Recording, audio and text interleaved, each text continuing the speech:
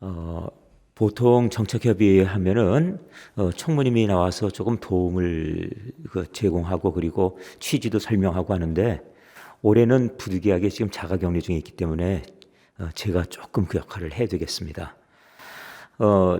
지금 저희가 이렇게 이제 상황을 말씀드리면서 듀얼 멤버십 이런 얘기하는데 설명은 잘 들었는데 피부에 조금 와닿지 않는 면이 있을 수 있어요.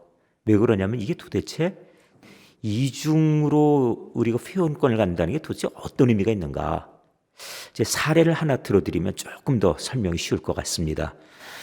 이번에 그 은퇴 선교사 마을 조성을 위해서 미국을 가서 보지 않았습니까? 그랬더니 KPCA라고 우리 교단의 목사님들이 그 미국에 가서 이제 워낙 숫자가 많다 보니까 뭐 유학하신 분도 있고 한인 목회하신 분도 있고 워낙 많다 보니까 이분들이 교단을 하나 만들었어요. 근데 이 만들어 놓고 나서 보니까 여기에서는 미국을 선교지로 인정하지 않는 거예요. 그러니까 또 하나의 또 하나의 그 신분을 갖다 우리가 여기서 제공을 하지 않는 겁니다. 그래 할 수 없이 거기서 교단을 만들었죠. 왜냐하면 3년 지나면 그분들은 여기서는 어찌 보면 유학생이 아니거나 아니면 여기서 무슨 뭐 나름대로 전도 목사로 파견될 수도 없고 선교사 신분으로 건너가지 않은 케이스. 유학 갔다 거기서 그냥 한인 목회한다든지 하면은 목사지가 없어지는 상황이 됩니다. 미국이 선교지 아니라고 결정을 해버렸기 때문에 이분들이 거기서 교단을 만들어서 잘 운영하고 그리고 대형 교회도 이뤄냈어요. 예를 들어 애틀랜타 한인교회 같으면 출석이 3,000명도 넘어가는 교회예요. 그런데 막상 문제가 되는 게 무엇이냐 보니까 여기 교단 안에 이제 장신대 출신들만 있는 게 아니라 타 신학교 출신들도 자꾸 가입이 돼요. 그래서 지금 현재는 맨 처음 100%로 시작했는데 지금은 80%에서 70%로 지금 내려오고 있는 중입니다. 우리 교단 출신이. 근데 이번 사무총장 선거에 3명이 출마했는데 장신대 출신이 1명, 나머지는 해외, 캐나다라든지 아니면 미국 자체 신학교에서 여기 이제 졸업한 사람이 같이 경합이 됐어. 이번에는 그래도 우리 교단 출신이 사무총장이 됐어요. 그런데 그 사무총장이 만나서 대화를 하다 보니까 하는 얘기가 이겁니다. 우리 통합 측 참 이상하다는 거예요. 이러다가 KPCA가 아예 붕괴되고 없어지겠다는 겁니다. 장신대 출신 아니면 우리 교단의 정체성 없어지고 조금 더 지나면 멤버가 왜냐하면 이 다양한 곳 미국에 있는 신학교에서 들어와서 훨씬 그쪽 인원이 많아져서 50%가 넘어가게 생겼다는 겁니다. 잠시 후에. 그런데 왜 KPCA에 있는 우리 교단의 목사님들을 그냥 왜 아무 신분을 주지 않고 버려두냐는 거예요. 미국 가 있으면 선교지 아니다 그래놓고 그냥 버린다는 거죠. 이럴 수가 있느냐. 미주장신 우리가 신학교를 아시죠?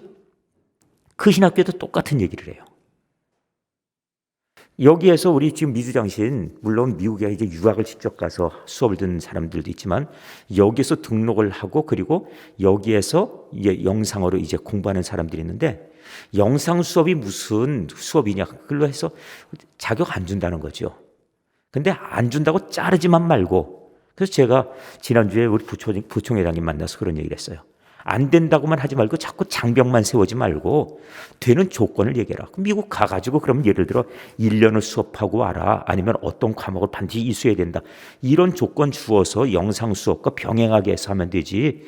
왜 안 되는 것만 얘기하냐. 우리는 너무 벽이 높다는 거예요.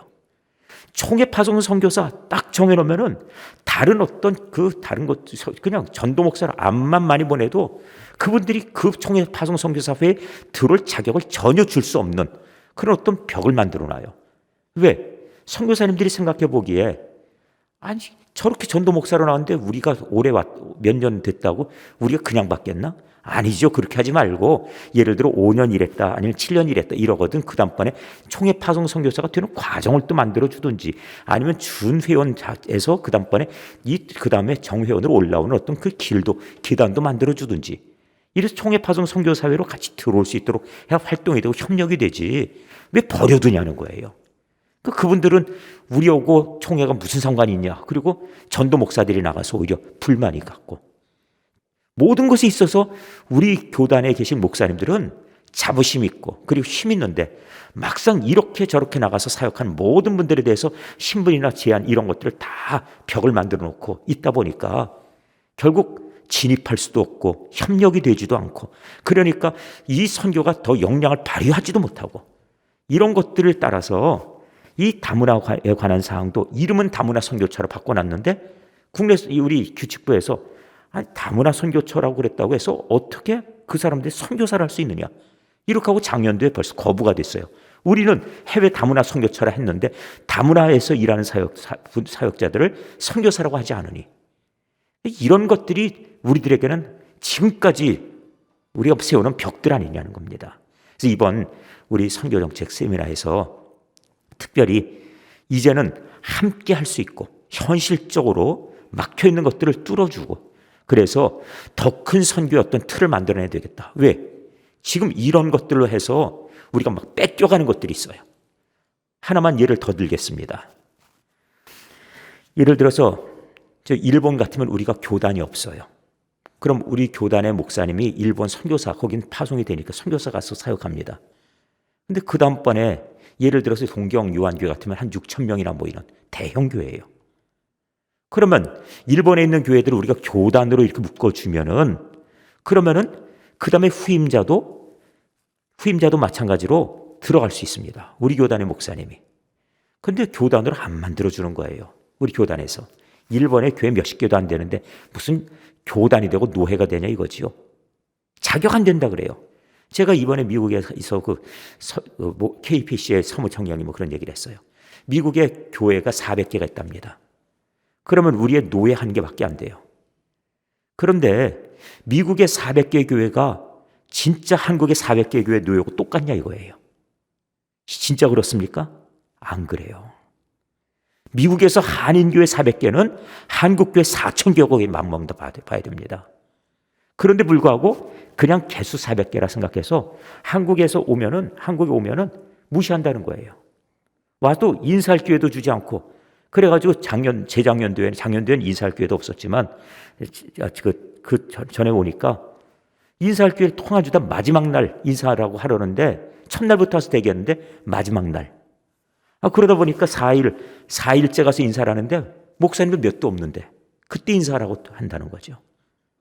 첫날부터 인사하기를 기다리고 대기하고 있었는데 너무 무시하고 괄실하더라 이거예요. 이런 대접받고 우리가 지금 우리 교단 출신이라고 해가지고, 그리고 KPCA가 우리 교단의 뿌리 바탕을 가진 목사님들이 많다고 해서 갔었는데 이런 대접받고 우리가 굳이 같이 할 필요 있냐. 그러면서 타교단 출신들 이런 분들은 앞으로 틀림없이 결별하자고 해버릴 텐데 자꾸 이런 분위기로 간다는 거죠. 제가 이런 정도로 직접 겪은 일들을 증언하고 말씀을 드렸습니다. 우리 마음속에 그런 일이 있을 수 있겠구나 생각을 하셔야 됩니다. 자꾸 우리 교단 목사님들이 사역하는 어떤 곳들에 가면은 우리들 어떤 대접을 하는가. 우리 동기 가운데서 100주년 기념교회 가서 사역하신 이재철 목사님이 있어요. 우리 교단에서 쫓아냈습니다. 쫓아낸 이유가 무엇이냐? 거기 교회는 초교파 교회예요. 초교파법을 따랐다 이거예요. 초교파법을 따랐다. 그러면은 왜 우리 교단 목사가 초교파법을 따르냐? 그래가지고 이게 문제가 됐어요. 왜 그런 제도를 두느냐? 그런데 그 교회는 초교파 교회로서 선교사로 사역할 수 있도록 해주면 될 문제 아니었던가? 선교사가 현지에 가서, 예를 들어 말레이시아 가서 거기 말레이시아 현지인들하고 따라서 할 수 있고, 필리핀에 가면은 또 마찬가지로 우리 교단 목사님들도 가서 물에서 침례를 할 수도 있어요. 인식이 그렇다면. 그럼 우리 교단은 침례가 아닌데 침례를 줬느냐 이러고 쫓아내겠습니까?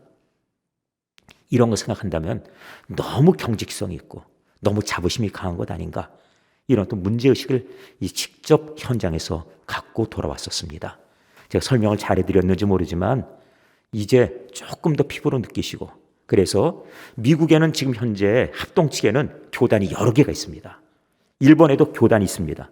자기네 교단 목사 한 번 들어가면은 그 목사가 힘을 발휘하고, 그리고 어느 정도 교인으로 주도권을 가졌을 때 자기 교단으로 영입을 해버려요, 교회를. 그럼 그때부터는 영원히 그 교단 목사님들이 계속 파송됩니다. 그러니까 우리 교회에서 우리 교단 목사님들이 있던 교회들이 자꾸 자꾸 넘어가져요. 왜? 우리는 그런 지위를 부여하지 않고 노예도 만들어주지 않고 그러면서 자꾸 이렇게 무관심하게 내버려 두니까 결국은 타교단들에서 다 들어와서 다 모두 하나씩 접수해가는 그런 현상이 지금 곳곳에서 나타나고 있습니다. 조금 벽을 낮춰야 될 필요가 있지 않을까 그런 생각을 해보았습니다. 오늘 제가 드린 이 말씀이 여기 정책 세미나의 주제를 정하는데 동기가 됐던 몇 가지의 모티브가 됐다는 말씀을 아울러 설명으로 드립니다. 잘 들어주셔서 고맙습니다.